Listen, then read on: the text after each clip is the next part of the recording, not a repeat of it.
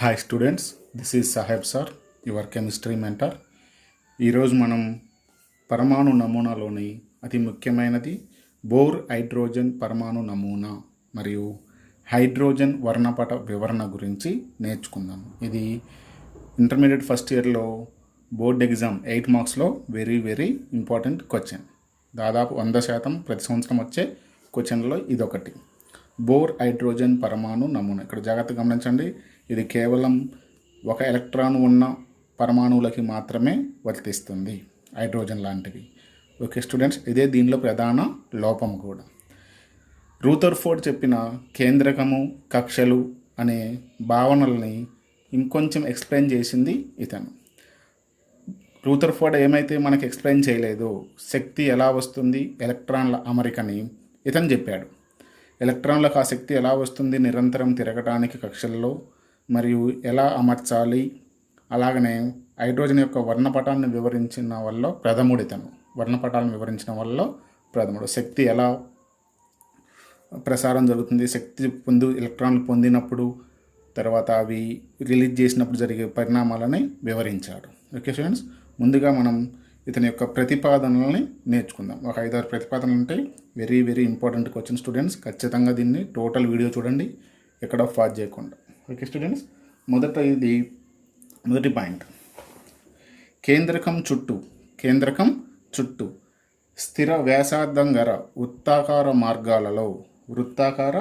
మార్గాలలో నిర్ణీత శక్తి గల ఎలక్ట్రాన్లు ఎప్పుడూ తిరుగుతూ ఉంటాయి. వృత్తాకార మార్గాలలో ఈ నిర్ణీత మార్గాలనే కక్షలు, స్థిర శక్తి స్థాయిలు అన్నాడు. ఫస్ట్ పాయింట్ స్టూడెంట్స్, కేంద్రకం చుట్టూ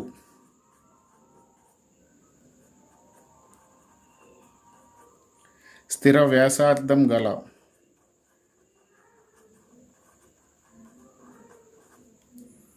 వృత్తాకార మార్గాలలో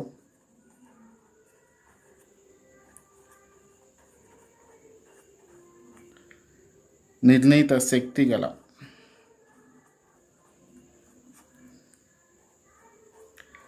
ఎలక్ట్రాన్లు పరిభ్రమిస్తూ ఉంటాయి.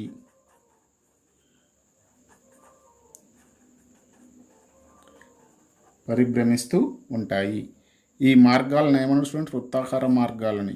ఈ మార్గాలనే కక్షలు అన్నాడు. ఇంగ్లీష్లో ఆర్బిట్స్ అంటారు స్టూడెంట్స్, ఆర్బిట్స్. ఈ పదం చెప్పింది ఎవరు స్టూడెంట్స్? రూథర్ఫోర్డ్. సో గ్రహమండలం ఆర్బిట్స్ అంటారు.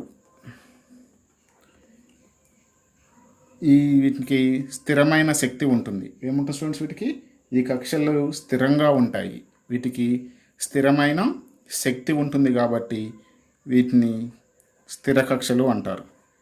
ఈ కక్షలకు స్థిరమైన శక్తి ఉంటుంది, కావున వీటిని స్థిర కక్షలు,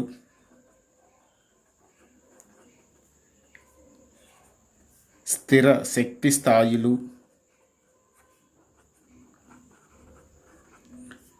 అని అన్నాడు. బోర్ అనే అతను వీటిని ఏమన్నాడు? స్థిర కక్షలు, స్థిర శక్తి స్థాయిలు అన్నాడు. కారణం ఏంటంటే, ఎలక్ట్రాన్ అనేది ఈ కక్షలో ఉన్నంతసేపు శక్తిని కోల్పోదు, గ్రహించదు. కారణం,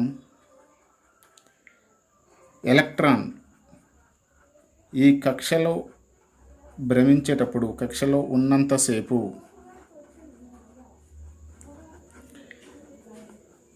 శక్తిని కోల్పోదు మరియు గ్రహించదు. అందుకే వీటిని స్థిర కక్షలు, స్థిర శక్తి స్థాయిలు అన్నాడు. ఈ కక్షల్ని మనము స్మాల్ ఎన్తో చూపిస్తాం స్టూడెంట్స్. దేంతో చూపిస్తాడు అతను? స్మాల్ ఎన్, ప్రధాన క్వాంటం సంఖ్య అనేది మళ్ళీ వస్తుంది మీకు.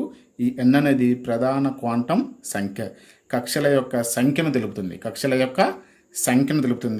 n = 1 ఫస్ట్ కక్ష. కేంద్రకానికి దగ్గరగా ఉన్నదాన్ని మొదటి కక్ష అంటారు, లేదు బోర్ కక్ష అంటారు. దాన్ని బోర్ కనిపెట్టిన కూడా బోర్ కక్ష అంటారు. n ఈజ్ ఈక్వల్ టు 1, రెండవది 2, మూడవది 3. n is equal to 1, 2, 3, 4 so on. లేదా ఇంగ్లీష్ అక్షరమాల KLMNOతో కూడా సూచించవచ్చు. KLMN so on. n is equal to 1 అంటే K, n is equal to 2 అంటే L, M, N ఈ విధంగా సూచించవచ్చు. ఒకసారి చూడండి స్టూడెంట్స్, కేంద్రకం చుట్టూ స్థిర వ్యాసార్థం గల, వ్యాసార్థం కూడా స్థిరంగా ఉంటుంది, అవి ఇటు జరగవు, ఖచ్చితంగా స్థిరంగా ఉంటాయి ప్రతి కక్ష కూడా. వ్యాసార్థం గల వృత్తాకారం, ఏ ఆకారం స్టూడెంట్స్? వృత్తాకార మార్గాలలో నిర్ణీత శక్తి గల ఎలక్ట్రాన్లు పరిభ్రమిస్తూ ఉంటాయి. ఆ పరిభ్రమించే మార్గాలనే కక్షలు, ఆర్బిట్స్ అన్నాడు. ఈ కక్షలకు స్థిరమైన శక్తి ఉంటుంది, స్థిరమైన శక్తి ఉంటుంది, కావున వీటిని స్థిర కక్షలు, స్థిర శక్తి స్థాయిలు అనే పదాలతో పిలిచాడు. కారణం ఎందుకు వీటికి స్థిర కక్షలు అంటే, ఎలక్ట్రాన్లు ఈ కక్షల్లో తిరుగుతున్నంతసేపు శక్తిని కోల్పోవు, గ్రహించదు. ఎలక్ట్రాన్ శక్తిని కోల్పోదు, గ్రహించదు ఈ కక్షల్లో ఉన్నప్పుడు. ఓకే స్టూడెంట్స్, ఈ కక్షలను ఎట్లా చూపించాడు అతను? ఎంతో చూపించాడు. n ఈజ్ ఈక్వల్ టు 1, 2, 3 లేదా 4 అట్లా సో ఆన్. అలానే KLM అనే దాంతో చూపిస్తాడు. Is equal to 1, 2, 3, 4. K అంటే ఫస్ట్ది కక్ష. ఓకే, నెక్స్ట్, కక్షలో ఉన్నంతసేపు శక్తిని కోల్పోదు, గ్రహించదు. కానీ ఒక కక్ష నుంచి మరో కక్షకి, 1 నుంచి 2కి, 2 నుంచి 3కి లేదా 3 నుంచి 2కి, 2 నుంచి 1కి మాత్రం ప్రయాణిస్తుంది. ఇక్కడ ఉన్న స్థాయిని n ఈజ్ ఈక్వల్ టు 1ని తక్కువ శక్తి స్థాయి అంటారు, దగ్గర ఉంది కాబట్టి. తర్వాత ఉన్నది ఎక్కువ, ఇంకా ఎక్కువ, ఇది దిగువ శక్తి స్థాయి. దీనికంటే ముందున్నవి ఎగువ శక్తి స్థాయిలు అంటారు. ఎలక్ట్రాన్లు దిగువ నుంచి ఎగువకి, ఎగువ నుంచి దిగువకి, ఒక కక్ష నుంచి మరో కక్షకి, అది 1 నుంచి 2 కావచ్చు, 2 నుంచి 1 కావచ్చు, ప్రయాణిస్తాయి. అలా ప్రయాణించాలంటే అవి శక్తిని గ్రహించాలి లేదా కోల్పోవాలి. ఎగ్జాంపుల్, మనం మెట్లు ఎక్కుతున్నాం, 1 నుంచి 2, 2 నుంచి 3. మెట్లు ఎక్కాలి అంటే మనం ఏం చేస్తాం స్టూడెంట్స్? శక్తి కావాలి. కాబట్టి శక్తిని గ్రహిస్తే దిగువ నుంచి ఎగువకి పోతాం. ఒకవేళ పైనుంచి కింద పడ్డం అనుకోండి, మన శక్తిని మొత్తం కోల్పోతాం. శక్తిని కోల్పోయినప్పుడు పై కక్ష నుంచి లోపలి కక్షల్లోనికి వస్తాయి. దీన్ని అంతర్కక్ష, దిగువ కక్ష లేదా తక్కువ శక్తి గల కక్ష అంటారు. దాని తర్వాత ఉన్నది కక్ష శక్తి, కక్ష నెంబర్తో పాటు కక్ష శక్తి కూడా పెరుగుతుంది. ఈ పాయింట్ని మనము చూద్దాం. చూడండి, నెక్స్ట్ పాయింట్, ఎలక్ట్రాన్లు శక్తిని శోషించుకున్నచో, ఎలక్ట్రాన్లు శక్తిని శోషించుకుంటే 1 నుంచి 2కి వెళ్తే, లేదా రెండో కక్షలో ఉన్న ఎలక్ట్రాన్ శక్తి శోషించుకుంటే 2 నుంచి 3కి వెళ్ళిద్ది, 3లో శోషించుకుంటే 4లోకి వెళ్ళిద్ది. అంటే ఎలక్ట్రాన్లు శక్తిని శోషించుకున్నచో అంటే శక్తిని గ్రహించినచో, అంటే మనం వాటికి శక్తిని ఇచ్చినాం అనుకున్నాం, శక్తిని శోషించుకున్నచో దిగువ స్థాయి నుంచి ఎగువ స్థాయికి, దిగువ స్థాయి నుండి ఎగువ స్థాయికి ప్రయాణించును.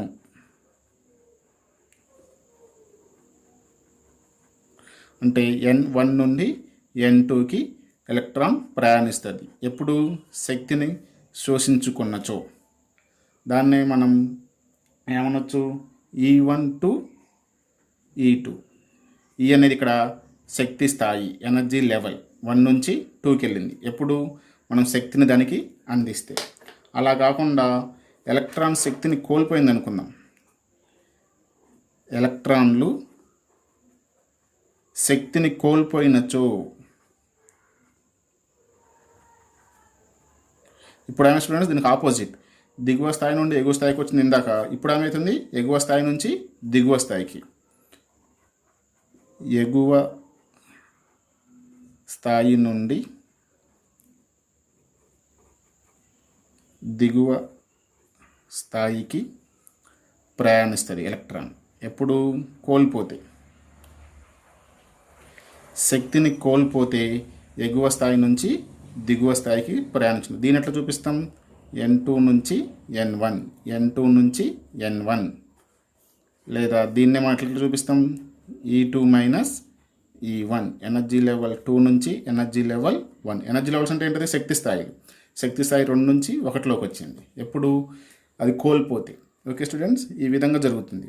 కానీ స్థిరమైన కక్షలో ఉన్నప్పుడు శక్తిని కోల్పోదు, గ్రహించదు. కక్షలను మారినప్పుడు మాత్రం అది శక్తిని శోషించుకుంటే తక్కువ నుంచి ఎక్కువకు పోతుంది, శక్తిని కోల్పోతే ఎక్కువ నుంచి తక్కువకి వస్తుంది. ఈ రెండు శక్తి స్థాయిల భేదం అనేది ఏదైనా తీసుకోండి మన ఎగ్జాంపుల్గా, రెండు శక్తి స్థాయిల భేదం అనేది దాని పౌనపున్యానికి సమానంగా ఉంటుంది.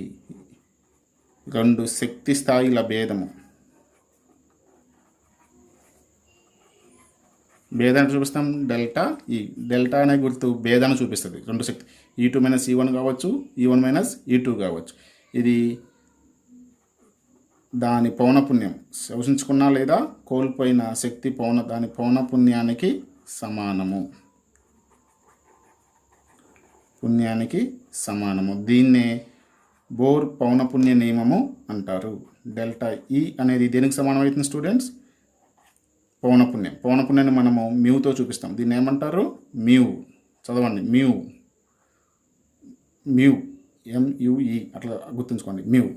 అదే దీని మ్యూ అనేది డెల్టా E అంటే ఏం రాసుకోవచ్చు మనం? E2 - E1 రాసుకోవచ్చు. Delta E is equal to E2 - E1/h. H అనేది ఇక్కడ ప్లాంక్ స్థిరాంకము. హెచ్ అనేది ఏంటి స్టూడెంట్స్? ప్లాంక్ స్థిరాంకము. దీని గురించి నెక్స్ట్ నేర్చుకుందాం. ప్లాంక్ స్థిరాంకము అంటారు హెచ్ని. ఓకే స్టూడెంట్స్, ఇవి ఇంపార్టెంట్ పాయింట్స్. ఇంకొక పాయింట్ ఉంది స్టూడెంట్స్, ఇంపార్టెంట్ పాయింట్. ఎలక్ట్రాన్లు ఎప్పుడు కూడా వృత్తాకార మార్గంలో తిరుగుతుంటాయి, ఒక కోణం చేస్తూ తిరుగుతుంటాయి.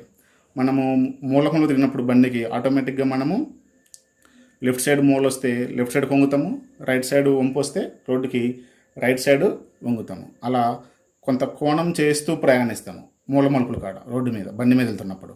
అలా కాకుండా మనం స్ట్రైట్కి వెళ్తే కింద పడతాము. ఓకే, ఇక్కడ టోటల్గా అవి సమ్ కోణంతో తిరుగుతూనే ఉండాలి.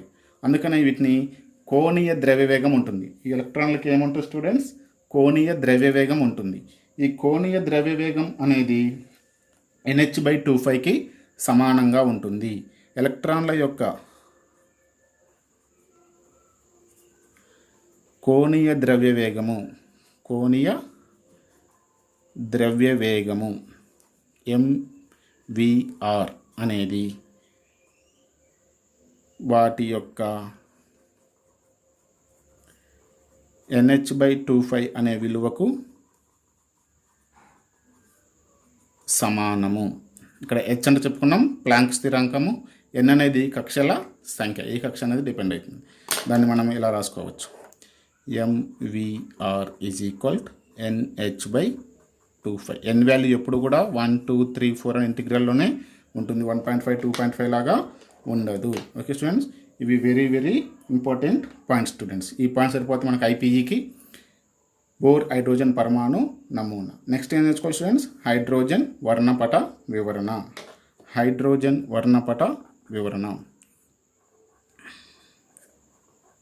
జాగ్రత్త చూడండి, ఈ డయాగ్రామ్ చాలామంది మిస్టేక్ వేస్తారు. దీనికి 4 మార్క్స్ ఉంటాయి.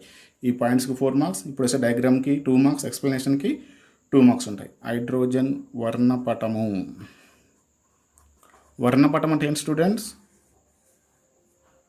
వర్ణము అంటే రంగులు. ఓకే స్టూడెంట్స్, మనం చెప్పుకుందాం. ఎప్పుడైతే హైడ్రోజన్ వాయువుని విద్యుత్ ఉత్సర్గానికి గురి చేస్తామో ఎలక్ట్రాన్లన్నీ అంటే మన శక్తిని ఇస్తున్నాం. శక్తిని ఇస్తే ఏమవుతుంది స్టూడెంట్స్? తక్కువ శక్తి నుంచి ఎక్కువ శక్తిలోకి పోతాయి, దిగువ స్థాయి నుంచి ఎగువ స్థాయిలోకి పోతాయి శక్తిని శోషించుకుంటాయి. మనం విద్యుత్ శక్తిని ఇస్తున్నాం. హైడ్రోజన్ గ్యాస్ని ఒక గ్లాస్ బాటిల్లో నింపి మూత పెట్టేసి దాని కింద నుంచి హీట్ చేసినాం. మనం విద్యుత్ ఉత్సర్గానికి గురి చేస్తే హైడ్రోజన్లోని ఎలక్ట్రాన్లన్నీ వాయువుల్లోనివి లో లెవెల్ నుంచి తక్కువ స్థాయి నుంచి ఎక్కువ స్థాయికి ప్రయాణిస్తాయి. అలా ఎక్కువ స్థాయిలో ఎక్కువసేపు ఉంటాయా? మనకు కోపం వస్తుంది బాగా. కోపం ఎక్కువసేపు ఉంటుందా?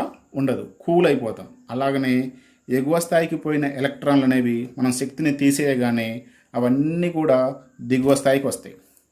దిగువ స్థాయికి వచ్చినవి అంటే అర్థమైంది స్టూడెంట్స్? అవి శక్తిని కోల్పోతున్నాయి, శక్తిని ఉద్గారం చేస్తున్నాయి. అవి శక్తిని ఉద్గారం చేసేటప్పుడు ఆ శక్తి కాంతి రూపంలో మనం ఒక పట్టకం ద్వారా పంపితే ఒక వర్ణపటంలాగా ఏర్పడుతుంది. రంగుల గీతలు అనేవి ఏర్పడతాయి. దాన్ని హైడ్రోజన్ వర్ణపటము అంటారు. ఇది ఉద్గార వర్ణపటము. ఉద్గార వర్ణపటానికి ఎగ్జాంపుల్ స్టూడెంట్స్. ఉద్గార వర్ణపటం ఎందుకు అంటున్నామంటే మనం వేడి చేసినప్పుడేమో లో లెవెల్ నుంచి హై లెవెల్స్కి వెళ్ళినాయి, మళ్ళీ మన శక్తిని తీసేయగానే ఆ ఎగువ స్థాయిలో ఎక్కువసేపు ఉండకుండా దిగువ స్థాయికి వస్తున్నాయి. దిగువ స్థాయికి వచ్చినప్పుడు ఏం చేస్తాయి, అవి గ్రహించిన శక్తిని మొత్తం ఉద్గారం చేస్తున్నాయి. ఆ ఉద్గారమే మనకి ఒక నల్లటి దాని మీద రేఖలుగా ఏర్పడతాయి. కాబట్టి తెర మీద రేఖలు ఏర్పడతాయి. దాన్నే ఉద్గార వర్ణపటము, హైడ్రోజన్ వర్ణపటము అంటారు. అది ఎలా ఉంటుందో మీకు గీసి చూపిస్తాను. స్టూడెంట్స్, ఇది కేంద్రకం. ఇది ఫస్ట్ కక్ష, రెండో కక్ష, మూడో కక్ష, 4, 5, 6, 7 ఇవన్నీ కక్షలు స్టూడెంట్స్. n = 1, 2, 3, 4 ఇక్కడ చూపించాను స్టూడెంట్స్. ఇక్కడ సర్కిల్ చూపించాను. ఇక్కడేం మీకు అర్థం కావడం కోసం స్ట్రైట్ లైన్స్గా గీశాను. ఇవన్నీ ఆర్బిట్స్, కక్షలు. KLMNOPQ students. 1, 2, 3, 4, 5, 6, 7. శక్తి అనేది దీనికి తక్కువ ఉంటుంది, దీనికి ఎక్కువ ఉంటుంది. కాబట్టి ఈ గీత అనేది శక్తిని చూపిస్తుంది. దిగువ స్థాయి నుంచి ఎగువ స్థాయికి, దిగువ స్థాయి నుంచి ఎగువ స్థాయికి పోయి ఉన్నాయి. మనము H2 విద్యుత్ ఉత్సర్గానికి గురి చేసినప్పుడు ఎలక్ట్రాన్లన్నీ దిగువ స్థాయి నుంచి ఎగువ స్థాయికి ప్రయాణించాయి. కానీ మనం ఎప్పుడైతే శక్తిని తీసేసినామో తిరిగి తమ శక్తిని ఉద్గారిస్తూ దిగువ శక్తి స్థాయిలలోకి ప్రయాణిస్తున్నాయి. అలా ప్రయాణించేటప్పుడు ఏర్పరిచిన వర్ణపటమే హైడ్రోజన్ వర్ణపటము. ఎగ్జాంపుల్, ఎలక్ట్రాన్ ఒకటి 7లోకి పోయింది అనుకుందాం. అది 7 నుంచి 1కి వచ్చిన స్టూడెంట్స్. జాగ్రత్త చూడండి. ఇప్పుడు అన్నీ ఒకటొక చూపిస్తున్నాం, ఒకటో కక్షలోకి చూపిస్తున్నాం. 6లోకి పోయింది, కొన్ని 6కి పోయినాయి అనుకుందాం. అది కూడా 1లోకి. 5లోకి పోయింది, 1లోకి. 4లోకి పోయింది, 1లోకి. 3 నుంచి 1, 2 నుంచి 1. ఈ విధంగా 7, 6, 5, 4, 3, 2లోకి పోయిన కక్షల్లో పోయిన ఎలక్ట్రాన్లన్నీ తమ శక్తిని ఉద్గారిస్తూ 1లోకి వచ్చేసాయి. అలాగే ఇప్పుడు 2లోకి వస్తున్నాయి స్టూడెంట్స్. దీనికంటే ఎక్కువ కక్షలు ఏంటిది, 3, 4, 5, 6, 7 ఇవన్నీ మళ్ళీ 2లోకి వస్తున్నాయి స్టూడెంట్స్. చూడండి జాగ్రత్తగా, డయాగ్రామ్ మిస్టేక్ రాయొద్దు. ఈ డయాగ్రామ్ చాలామంది మిస్టేక్ చేస్తుంటారు. ఎగ్జామ్లో 2 మార్క్స్ని కోల్పోతుంటారు. 60 రావాల్సింది 58 వస్తుంటాయి చాలామంది స్టూడెంట్స్. చిన్న మిస్టేక్. హయ్యర్ లెవెల్ నుంచి లోయర్ లెవెల్లోకి గీయాలి. ఫస్ట్లోకి అన్నీ 7 నుంచి 2 దాకా ఫస్ట్లోకి రావాలి. 7 నుంచి 3 దాకా 2లోకి రావాలి. తర్వాత కక్ష 3 స్టూడెంట్స్. దీనిలో కూడా సేమ్ 7 నుంచి 3లోకి, 6 నుంచి 3లోకి, 5 నుంచి 3లోకి, 4 నుంచి 3లోకి స్టూడెంట్స్. నెక్స్ట్ 4లోకి రావాలి స్టూడెంట్స్. 4లోకి రావాలి అంటే మనకి ఎక్కడి నుంచి రావాలి, ఫస్ట్ 7 నుంచి 4, 7 to 4, 6 to 4, 3 to 4 students. Next 5th. మనం 5 వీటిని ఎక్స్ప్లెయిన్ చేసుకున్నాం. 5thలోకి రావాలంటే ఎక్కడి నుంచి రావాలి స్టూడెంట్స్, 7 నుంచి 5th. సారీ స్టూడెంట్స్, ఇక్కడ మిస్టేక్ అయింది. 7 to 5th, 6th through 5th. ఇలా హయ్యర్ లెవెల్ నుంచి లోయర్ లెవెల్లోకి ఎలక్ట్రాన్లు అనేవి తిరిగి ప్రయాణిస్తున్నాయి తమ శక్తిని ఉద్గారిస్తూ. కాబట్టి దీన్ని ఉద్గార వర్ణపటము అంటాం స్టూడెంట్స్. ఈ ఉద్గార వర్ణపటంలో ఈ మొదటి శ్రేణి, వీటిని శ్రేణులు అంటారు లేదా కక్షలు అంటారు. లైమన్ శ్రేణి. దీని పేరు ఏంటి స్టూడెంట్స్, లైమన్ శ్రేణి. లైమన్ అనే అతను కనిపెట్టాడు. దీని పేరు బామర్ శ్రేణి, బామర్. దీని పేరు ఫాషన్ అనే సైంటిస్ట్ కనిపెట్టాడు, ఫాషన్. 4వ దాని పేరు బ్రాకెట్ శ్రేణి. లాస్ట్ దాని పేరు ఫండ్ శ్రేణి. ఈ విధంగా 5 ఉన్నాయి students. Lyman, Balmer, fashion, bracket, fund. ఈ శ్రేణులు అనేవి మనకి హైడ్రోజన్ వర్ణపటంలో 5 శ్రేణులు కనిపిస్తాయి. Lyman, Balmer, fashion, bracket, fund శ్రేణులు స్టూడెంట్స్. ఇది కేంద్రకము, ఇది తక్కువ శక్తి స్థాయి స్టూడెంట్స్. జాగ్రత్తగా అబ్జర్వ్ చేయండి. హయ్యర్ లెవెల్ నుంచి లోయర్ లెవెల్లోకి వచ్చిన స్టూడెంట్స్. ఓకే స్టూడెంట్స్, ఒకసారి వీడియోని పాజ్ చేయండి. నెక్స్ట్ మనము చిన్న లోపాలు ఉన్నాయి దీని గురించి, అవి కూడా నేర్చుకుందాం. ఇదే లెసన్లో అయిపోతుంది. ఓకే స్టూడెంట్స్, మనం హైడ్రోజన్ వర్ణపటాన్ని నేర్చుకున్నాం. దాన్ని సింపుల్గా షార్ట్కట్లో రాశాను. శ్రేణులు 5: లైమన్ శ్రేణి, బామర్, ఫ్యాషన్, బ్రాకెట్, ఫండ్. వాటి N1 వాల్యూస్. N1 అంటే స్టూడెంట్స్ అవి ఎక్కడైతే ఆ వర్ణపటం ఏర్పరుస్తాయో దాన్ని. ఇక్కడ వర్ణపటం అనేది చూడండి స్టూడెంట్స్, ఇక్కడ ఏర్పడుతుంది కదా వర్ణపటం. Lyman, Balmer, fashion, N1, N2, N3, N4. ఈ శ్రేణుల్ని ఇక్కడ N1 అంటారు. 1 2 3 4 5 కామన్గా ఉంటాయి. ఇక్కడ నుంచి వస్తాయి 2 నుంచి స్టార్ట్ అయ్యి 7 దాకా దీంట్లో పడతాయి. ఆ విధంగా N2 వాల్యూ అనేది దానికంటే నెక్స్ట్ నెంబర్ నుంచి నెక్స్ట్ కక్ష నుంచి పడతాయి. అవి ఏర్పడే వర్ణపట ప్రాంతాలు అతి నీలలోహిత ప్రాంతంలో లైమన్ స్టోన్ ఏర్పడుతుంది. దృగ్గోచర ప్రాంతంలో బామర్ స్టోన్ ఏర్పడుతుంది. పరారుణ శ్రేణిలో ప్యాషన్ బ్రాకెట్ ఫండ్ అనేవి శ్రేణులు ఏర్పడతాయి వర్ణపటాల్లో. ఓకే స్టూడెంట్స్, బోర్ నమూనాలో కూడా కొన్ని లోపాలు ఉన్నాయి స్టూడెంట్స్. ఇది కేవలం ఫస్టే చెప్పాను, బోర్ హైడ్రోజన్ నమూనా హైడ్రోజన్ వంటి ఒక ఎలక్ట్రాన్ ఉన్న పరమాణువులకి మాత్రమే వర్తిస్తుంది. 2 ఎలక్ట్రాన్లు ఉన్న హీలియం, లిథియం, బెరీలియం ఇంకా మోర్ ఎలక్ట్రాన్లు ఉన్న వాటికి ఇది వర్తించదు. అది ప్రధాన లోపము. ఎగ్జాంపుల్ హైడ్రోజన్కి వర్తిస్తుంది. లిథియం +2, లిథియం అటామిక్ నెంబర్ 3 కాబట్టి 2 ఎలక్ట్రాన్లు కోల్పోతే 1 మిగిలితే అయాను లిథియంకి వర్తిస్తుంది. బెరీలియం కూడా అంతే, బెరీలియం +3కి వర్తిస్తుంది. హీలియం యొక్క వర్ణపటాన్ని కూడా ఇతను వివరించలేకపోయాడు. హీలియం అటామిక్ నెంబర్ పరమాణు సంఖ్య 2. ఒకే పరమాణు సంఖ్య అంటే ఒకే ఎలక్ట్రాన్ ఉంటే మాత్రమే ఇతని యొక్క వర్తిస్తుంది. తర్వాత వర్ణపటంలో ఏర్పడ్డ గీతలు, ఇందాక మనం చూసిన గీతలు అనేవి సన్నని గీతలుగా విడిపోతాయి. తర్వాత ఇంకా డీప్గా అబ్జర్వ్ చేస్తే అంటే వాటిని జీమన్ స్టార్క్ ఫలితాలు అంటారు. అలా విడిపోవడాన్ని జీమన్ స్టార్క్ ఫలితాలు అంటారు. వాటిని వివరించలేదు. జీమన్ ఫలితం అంటే చూడండి స్టూడెంట్స్, అయస్కాంత క్షేత్రంలో ఏర్పడ్డ వర్ణపట రేఖలు సన్నని గీతలుగా విడిపోతాయి. అంటే ఒక గీత ఇట్లా అనేక గీతలుగా మళ్ళీ స్ప్లిట్ అవుతుంది. దాన్ని అయస్కాంత క్షేత్రంలో విడిపోతే జీమన్ ఫలితం అంటారు. విద్యుత్ క్షేత్రంలో విడిపోతే దాన్ని స్టార్క్ ఫలితం అంటారు. విద్యుత్ క్షేత్రంలో వర్ణపట రేఖలు సన్నని గీతలుగా విడిపోతాయి. ఈ జీమన్ స్టార్క్ ఫలితాన్ని వివరించలేదు. అలాగనే పరమాణువులు కలిసిపోయి అణువులుగా మారతాయి. ఆ శక్తి వాటికి ఎలా వచ్చిందో వివరించలేదు. ఇవి ఈయన దానిలోని లోపాలు. ఓకే స్టూడెంట్స్, ఈయన రూథర్ఫోర్డ్ చెప్పిన గ్రహమండల నమూనాని కొంచెం ఎక్స్టెండ్ చేసి వర్ణపట రేఖల వరకు తీసుకొచ్చాడు. ఓకే స్టూడెంట్స్, పాజ్ చేసుకోండి, నోట్ డౌన్ చేసుకోండి. అలాగే నేను మొదటి పేజీని కూడా మీకు సూచిస్తాను. Hi students, this is Saheb, your chemistry mentor. Please pause the video and note down these notes. Thank you students.